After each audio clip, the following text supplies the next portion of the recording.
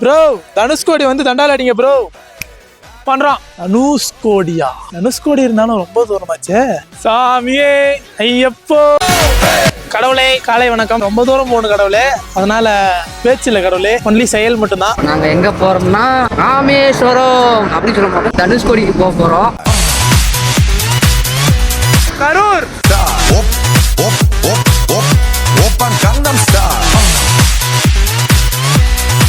மதுரை என்னுடைய நாடு. ஏன் அப்படி சொல்றேன்னா ராம் நாடு. கால்லாம் கொப்பளம் போட்டுக்குச்சு கடவுளே.